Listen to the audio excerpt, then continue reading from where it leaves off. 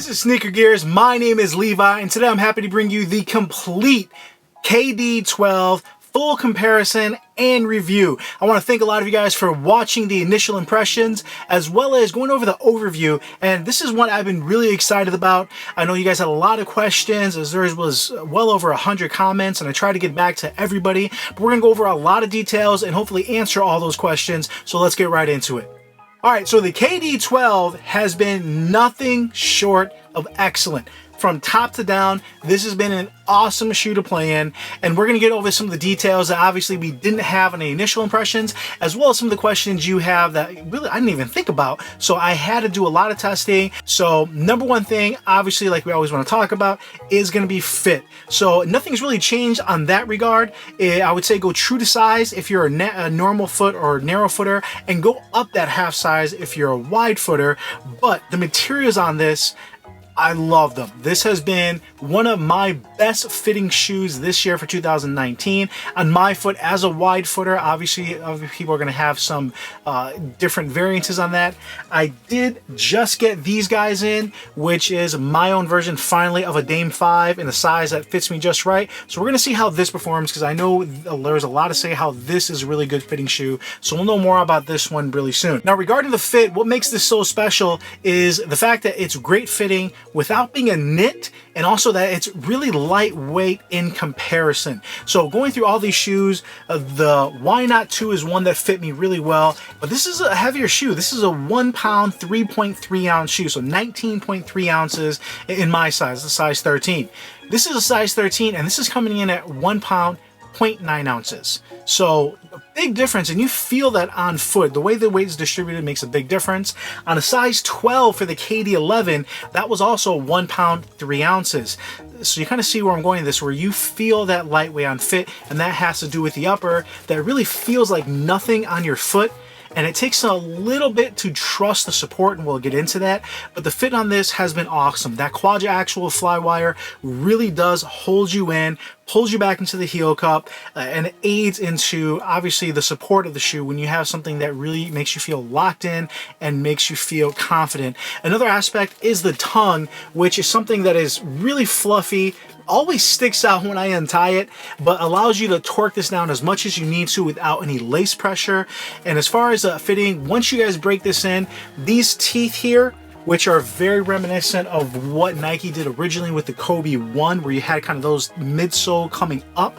It doesn't have a full outrigger, but this teeth really does pull you in, and that's part of the reason why if you have a wide foot, you do want to go up half a size, because that's only going to move so much. If you have a wide midfoot like I do, this does start to break in really nicely, as well as that fit starts to work with you the longer you play in it. I would say probably by my third wear, the fit on this was just beautiful, and I'm looking at, man, should I get a second pair? Alright, so the support is another big thing. Because this is so lightweight, and because we really haven't had a supportive KD in the last almost 3 years, this is one that when you first try it on, you do have to trust it. Now, this actually plays a lot like the Kobe 360. And what I mean by that, I mean the materials feel really similar, that kind of plasticky feel, very lightweight.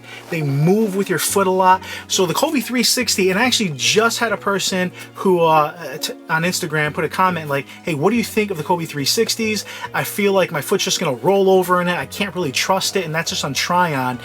One, I can say you can trust the shoe, but it takes a high level of trust, and it's a lot of money.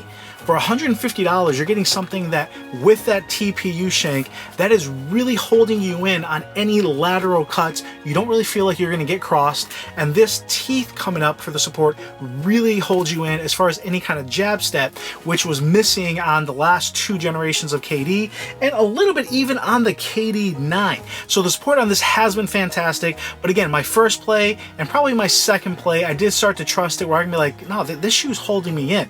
Now, it's not on the same level of support as you're getting on the Why Not, but at the same time, I think it does a really good job. So if you need something that's really supportive, supportive, this is not going to be quite it, but I think it does a good enough job. Another shoe this is going to compare well with is going to be LeBron 16 Low, where again, this isn't a super supportive shoe, but it still does a really good job. Now this, because it's quite a bit heavier, this is about 2 ounces heavier, so almost 1.3 ounces. I think it came out at 1.28 in the size 12. This is going to feel like you have something on your foot, a little bit more substantial, and I do have an initial review on that if you guys did want to try it on. This is really lightweight, but the support is phenomenal. Now it doesn't have an outrigger, and the base is actually not that wide, but it is flat. So for a lot of the shooters out there, for someone who does want a nice stable base, that's going to be the biggest difference in max cushion from something like this that's decoupled, that's really pushing you forward.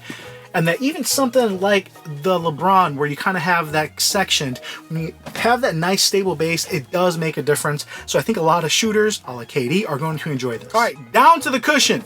This is what a lot of people really wanted to know. How does it feel? What's the comparison? Hopefully you guys are taking a look at a lot of shoes I brought in. So one of the first shoes I tested it against was the full-length zoom on the Zoom Flyknit for the 2016 Hyperdunk. This also had full-length zoom. It also was cored out, so it had room for that zoom to flex. Kind of a variation of the holes they put in this, where that zoom is able to move and reflex with you. Now the difference being, they both have similar bounce, but this is going to be a little bit more subdued. This shoe, you will feel on try-on, in store, or out of the box, the bounce. It feels like you're bouncing. Honestly, this is going to be a very similar sensation where if you want this kind of cushion, but in another shoe, you can pick up our Velocity insoles. So just to give you an idea of the praise I want to give this, if you have this, you don't really need a Velocity insole unless you just want a lot of cushioning. So, you know, more props to you. We're happy to take care of you. But you're going to feel that initial bounce right away, as well as that bounciness as you're playing. So this is a little bit more subdued, but as you run, you still feel that bounce. So this is going to have a little bit more plushness to it, whereas that is, I think one of the comments where it was saying, is it explosive? And yeah, you feel explosive, like this is coming off. Another version you want to compare this to is going to be your LeBron 16, and specifically the low, just because it's 160 versus 150. This is going to feel more firm, but as you run, or if you land, you do feel that energy return. So the harder you play, the harder you're running, the more this is giving back, but it is going to have a little bit more firm sensation if you're just walking in it or using casually, or if you're just playing a game of 32, so you're not really doing that much running. As you run up and down the court, you're really going to feel this more. Whereas the KD, you feel on every step. The bounce on this is legit. The heel zoom gives it a really nice plush response. And as opposed to the KD11, this is something that not only does it feel plush, but it's bouncy, it's reactive. So this is actually going to feel really similar to the KD9, but you just feel closer to the ground, as well as you just feel a little bit quicker. So the KD9 is awesome. And ironically enough, I know I talk about it being lightweight, the KD9, and this is the KD9 Elite, comes in at about 15 ounces. So this is still about an ounce heavier, but on foot, just with that Zoom Max, this does feel a little bit more clunky, but the bounce on this is real, and you're getting a very similar bounce, just in a different fashion, something that feels lighter action on foot, feels more supportive, and the last aspect is going to be the traction. So hopefully you got into quite a bit of what you're going to feel. The last really nice Zoom Air shoe that I want to compare it to was that Kobe Pro. Now this uses what I think is a much thinner zoom bag. So this is going to give you a lot more court feel and a lot more balance, where you still have that full length zoom. This is a full length zoom turbo, meaning it is going edge to edge, so you feel that on pretty much any side of your foot, and it's articulated, so it bends and goes with your foot a lot more. This shoe just flexes really nicely, feels very natural on foot. Again, very reminiscent of what you're getting on the Kobe 360. Finally, the traction. So the traction is one I was skeptical about, just because this is a clear sole. In general, the clear soles, and I shouldn't have wiped it because I wanted you guys to see the dirt and I just wiped it, but this is something that it plays very, very similar to the Kobe 360s. Initially, I thought this was going to play similar to the Kobe AD Mid, which if you guys saw my initial review, I kind of compared those two, and this had way better traction than that.